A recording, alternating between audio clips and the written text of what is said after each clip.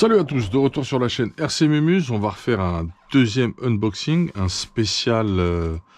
C'est toujours pour le projet S-Works en fait, pour la version 2022. On veut upgrade le S-Works, on veut rerouler avec, on veut revoir avec tout ce qu'on a essayé entre temps, où il se situe de façon plus précise. Maintenant, c'est important, je pense que c'est intéressant ce qu'on veut faire. Je sais pas pourquoi j'ai cliqué, ça sert à rien. J'espère que vous allez bien. Bienvenue sur la chaîne. Installez-vous confortablement, mesdames et messieurs. Donc ça vient du Vartel Shop. Ok, grosse dédicace à toute l'équipe du Vartel Shop qui est en vacances à ce moment. En ce moment, là, ça y est, ils se sont mis en vacances. Ils ont besoin. Ils travaillent tellement, les mecs, ça débite tellement. Donc merci à Sébastien. Merci à toute l'équipe. Et là, c'est pour continuer le projet qu'on a démarré avec tout un tas de trucs qu'on a reçus, développés et étudiés par Donut Racing pour l'optimisation du S35 4E, parce qu'on est vraiment sur du brushless, sur le S-Works pour les intimes. Je suis très content de revenir sur cette machine quelque part. Je suis très content de partir sur ce projet d'upgrade, ok, parce qu'il y a eu tellement de développement, ça me semblait essentiel de repartir dessus et de comparer avec tous les châssis qu'on a eu entre les mains entre temps. J'ai un peu triché, j'ai ouvert vite fait, parce qu'il y a eu plusieurs cartons qui sont arrivés, bref, j'avais enlevé les étiquettes, je savais plus qui était qui. Bam, ça y est, unboxing, c'est parti, planche de stickers, généreuse, patate. Super, Vartel Shop. Normalement, il y a toujours une petite WS line qui traîne, en fluo, jaune, impeccable. Très bien, merci pour les stickers les gars, il y a trop de trucs. Ah oui, on continue à rentrer de la lipo, je vais tout expliquer. T'as vu, elles sont longues là. Alors là, on va essayer une marque qu'on n'a jamais essayé, soi-disant c'est de la frappe atomique, c'est de la haute qualité. On va tester des LRP. Et on a pris des Genesis aussi, en redline, mais en stick, je vais tout expliquer. Déjà, je vais tout sortir, et après on va étudier tout ça d'un peu plus près. Oh, ah ouais, attends, il y a quelque chose là-dedans. Bah ouais, quand tu repars sur une... Ah, il y a trop de bruit, on va couper ça au montage. C'est une catastrophe.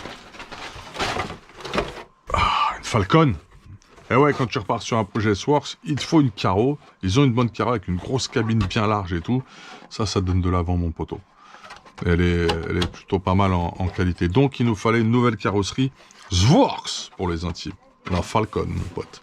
Elle est là, la Falcon. Tiens, on va la poser ici. Falcon, ici. Bien sûr, avec la Falcon, tu as du stickers. C'est normal. Et ça, c'est très bien. Allez, je te pose là. Oh!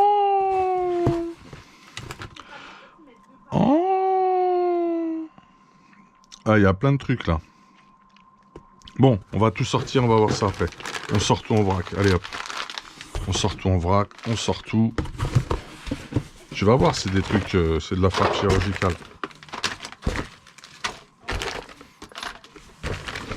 Bam, bam. Ah bien, c'est livré avec le joint papier, super. Hop là. On se casse plus la tête comme avant. On n'a plus le temps. Trop de trucs à faire. Ouais, tu me vois avec plein de ressorts Mugen, tu te dis mais c'est quoi le projet? Ouais, on va tout expliquer après. Ouais, mais il y en a plein. Ouais, je sais, t'inquiète pas. J'ai pris tout ce qu'il y avait. Sauf peut-être ceux que je voulais.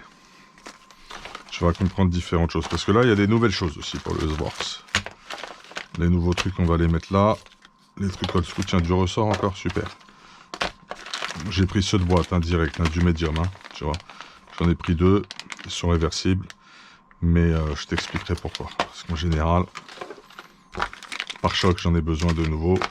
Colonne de direction, j'en avais filé au CMCT, j'en ai recommandé, on est refait. Et on va partir dans les explications. Il me faut une cale A. Ça, c'est la A, c'est la FF, tu vois. Parce que la mienne, elle est un petit peu pliée. J'ai mon grand bonhomme... qui a pas mal roulé avec, et il a tapé. Alors, elle a pas cassé, mais elle a fait ça. Touc, touc, touc, touc. Et les inserts, ils ont pété à l'intérieur. Donc, il me fallait une cale A. Oui, parce qu'il a continué à rouler, ce châssis en vrai. Ensuite, j'ai repris une couronne de 46. Pourquoi? Là. Oh, ça traîne depuis longtemps, cette Spears. Ah ouais, ça fait un moment. Bon, bref, je vais t'expliquer pourquoi j'ai repris une couronne de 46. C'est très, très simple.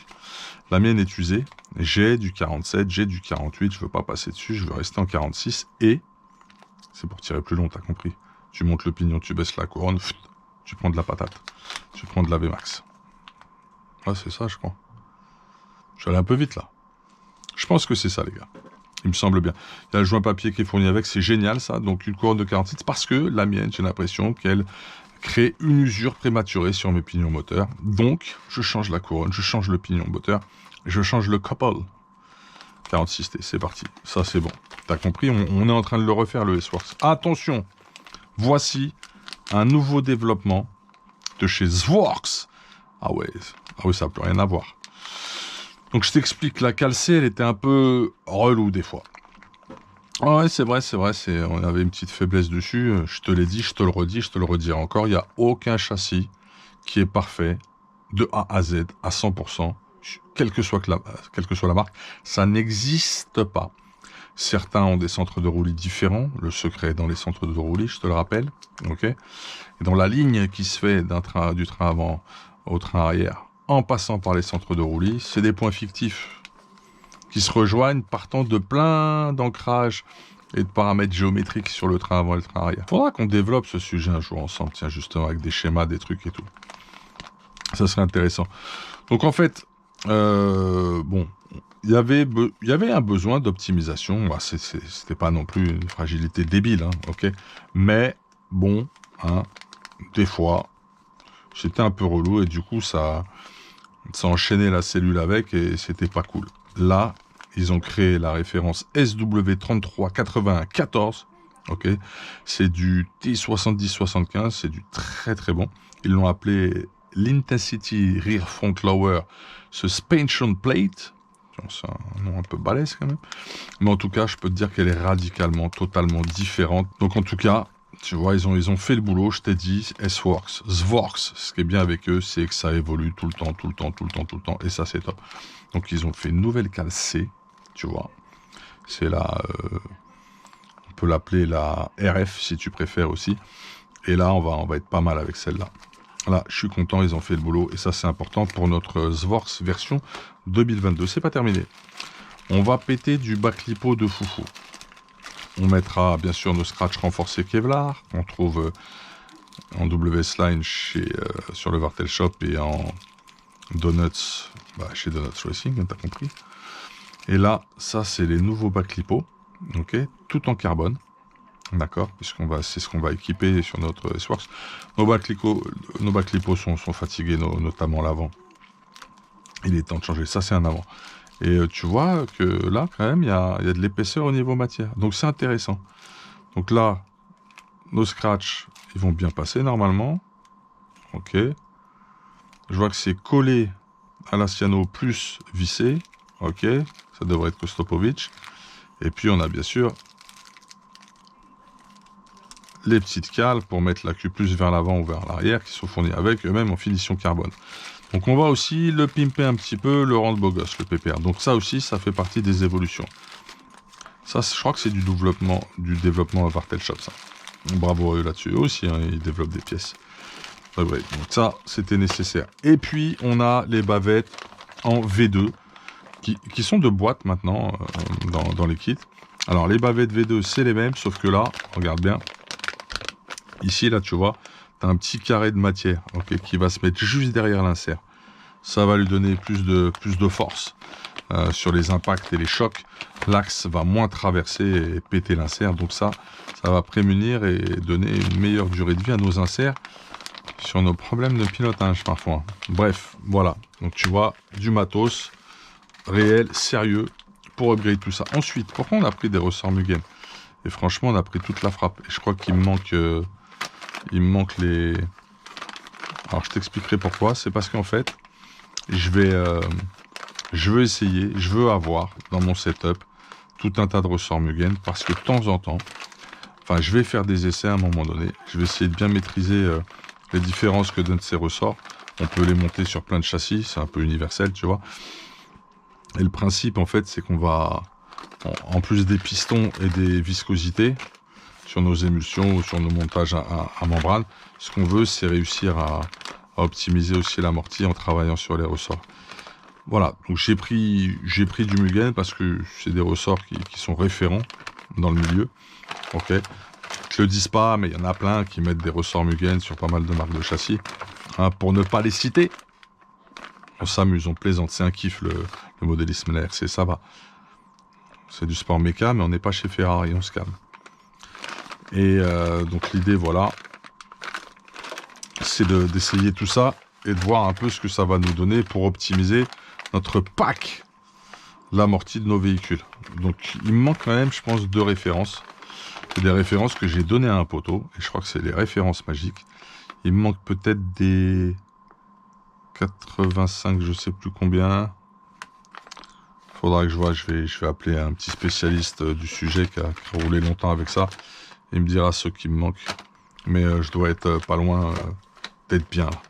Il m'en manque pas beaucoup à mon avis. Donc j'avais besoin de ceci, voilà. Ça va me servir à plein de trucs, pour plein de châssis différents.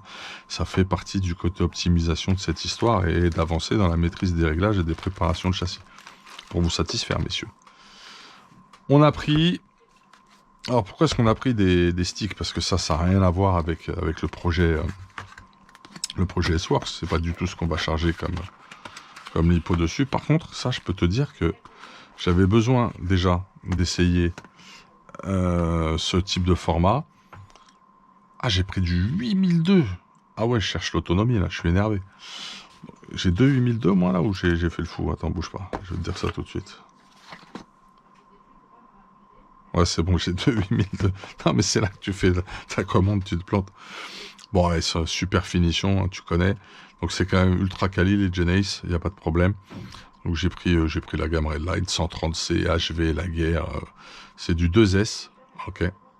Ah non, c'est du stock. Ok, bon, ils sont pas en HV, c'est pas grave, ça sert à rien. J'aurais dû peut-être quand même les prendre en HV pour le tripercé dischargeur. Bon, c'est pas grave. En tout cas, l'idée, c'est que c'est quali et que je veux tester une répartition des masses sur les châssis en saddle pack autre qu'avec des shorties.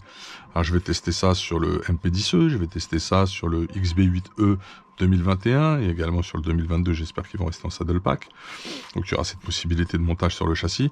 Donc, je veux vraiment essayer ça parce que j'ai toujours essayé en shorty et j'ai envie de voir l'incidence et l'impact que ça aura de passer en stick. Toujours pour la motricité, le air control, la répartition des masses, l'équilibrage du châssis, etc. Donc on a pris du Genesis. On était content des Redline Genesis en bloc de 4S, et puis on s'est dit, il faut rentrer une nouvelle marque. Tiens, c'est cacheté, c'est mignon. Il faut rentrer une nouvelle marque dont on entend beaucoup parler hein, en termes de haut level de qualité. Il n'y avait pas un cutter ici avant? Ah, elle est là, la lame. Donc c'est les fameux LRP, là on les a pris en HV par contre. Mais non, mais celle-ci c'est du... Bon, c'est pas grave, laisse tomber. Donc on est sur du 120C. Ok. On est sur quelque chose, à ce qui paraît, qui est super coté, qui est hyper qualitatif. Oh, c'est mignon ça. Oh, ah, ça c'est appréciable un petit peu quand même. Alors comment c'est livré, fais voir. Ah, t'as pas de PK. T'as pas de fil d'équilibrage non plus. C'est un peu mieux livré chez Genesis, regarde. Ce que tu as. T'as aussi tes stickers, ça c'est pas un problème, hein, l'histoire de stickers. T'as les PK, de bonne qualité, j'utilise régulièrement. Et normalement... Tu sais, c'est marrant, ils donnaient... T'avais les trucs d'équilibrage. Bon, ça c'était avant apparemment. Bref, c'est pas grave. En tout cas, t'as les PK. T'as tes PK avec, voilà. Là, tu as du super sticker, tu as une super notice. On la regardera, hein. Peut-être qu'ils vont nous parler de rodage d'accu. Ouais, ça existe, les gars. Pas que en drone, justement. Il y a un truc à faire. Et quand on va parler d'RC Discharger, on parlera de rodage d'accu également. Il y avait BRZ qui vous avait expliqué ça. Il avait trouvé ça sur les notices IP. Il s'est dit, il faut le faire. Si les spécialistes le disent. Ils sont sympas, les stickers. Donc, l'idée, c'est de tester aussi... Ah ouais... Ouais, je me demande si c'est pas plus cassant. C'est bleu transparent en fait. Tu vois un peu à travers. Je sais pas si tu le vois à la caméra. Donc LRP, c'est beau gosse. Hein. Tu vois ce qui se passe dedans. C'est marrant ça. Donc boîtier hard case, un peu transparent. Je sais pas si tu vois là. Là tu vois peut-être mieux là comme ça. Ouais, là tu vois la transparence. Bah écoute, ok, très bien. Surprise. Sur les photos, ça me paraissait pas comme ça. Donc on va essayer aussi du LRP en 6700. Ok, 120C, 4S. Et c'est du HV ce coup-ci. On te dit que c'est du graphène dedans. On verra tout ça. On verra quels sont les meilleurs accus. Et comme on a un système RC Discharger qui est en transit, normalement on n'a pas besoin d'acheter beaucoup d'accus pour la saison 2022. Je t'explique. J'ai repris 2 shorties en Genesis Redline 2S, ok. Donc j'ai pris 2 paires de sticks, une en LRP pour essayer. Vraiment beau gosse, hein. Par contre c'est sympathique le côté un peu cristallin, transparent du hard case. Et j'ai pris donc 2 2S en Redline Genesis, en stick aussi, ok. Tout ça, ça va être utilisé avec une solution RC Discharger qui va arriver bientôt sur la chaîne. C'est en cours. C'est la Poste qui gère ça, ou la Poste, ou Mondial Relais, ou je sais plus qui. Mais en tout cas, l'idée, voilà, c'est qu'on va faire des tests d'accu de ce type. On va essayer une nouvelle solution de chargeur. On va partir sur une nouvelle philosophie de gérer le cycle et la charge de nos accus, et peut-être aussi leur durée de vie et leur constance d'utilisation en run. À voir. C'est un peu le trip du moment. Voilà, c'est une nouveauté, on se doit de tester, c'est le côté magazine de la chaîne. Tu connais, pardon, je suis content, je me répète. Par contre, je voulais voir un truc. Il y a un truc qui m'a interpellé direct. Juste comme ça, juste vite fait.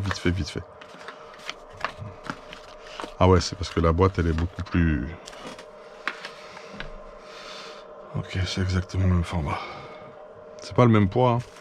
Attends. Les shorties Genesis, on en a déjà pesé. On va prendre notre balance WS Line, les gars, qui est bien quali, bien belle gosse. T'es pas bien installé, là?